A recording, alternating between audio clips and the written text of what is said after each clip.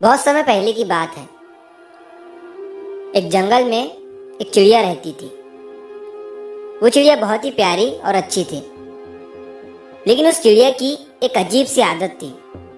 वो चिड़िया हर दिन जो भी देखती, सुनती या महसूस करती, उसके साथ दिन भर जो भी होता, अच्छा होता, बुरा होता, तो उस अनुभव को एक पत्थर पर लिख देती और फिर वो उन पत्थरों को अपनी एक छोटी सी पोटली में रख कर उड़ जाया करती थी। तो ये उस चिड़िया की आदत बन गई थी और उसे इस चीज में मजा आता था। वो सोचती थी कि अच्छी बातें याद रखना अच्छी बात है, जो कि सच में मेरी नजर में भी अच्छी बात है। तो वो चिड़िया सोचती थी कि बुरी बातों को कहीं लिख लेना चाहिए, अपने दिल में नहीं रखना चाहिए। तो शुरुआत में तो उस चिड़िया को मजा आ रहा था। वो रोज पत्थरों पर अपनी बातें लिखती और उस पत्थर को अपनी पोटली में रख लेती। लेकिन जैसे जैसे समय बीतता गया, उस चिड़िया की यह आदत बढ़ती जा रही थी।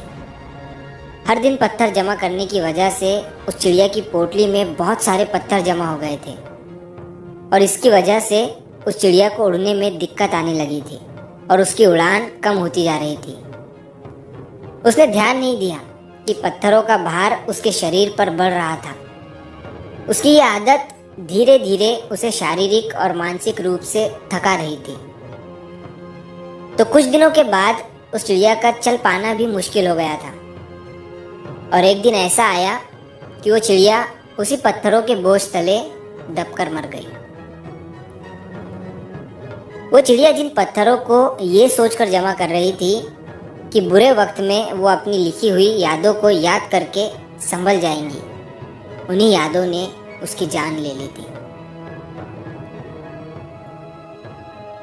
तो दोस्तों, इस छोटी सी कहानी से हमें ये सीख मिलती है कि चाहे यादें अच्छी हो या बुरी, हमें उन दोनों को पास्ट में ही छोड़ देना चाहिए, पास्ट में ही भुला देना चाहिए, उसे अपने साथ लेकर नहीं चलना चाहिए।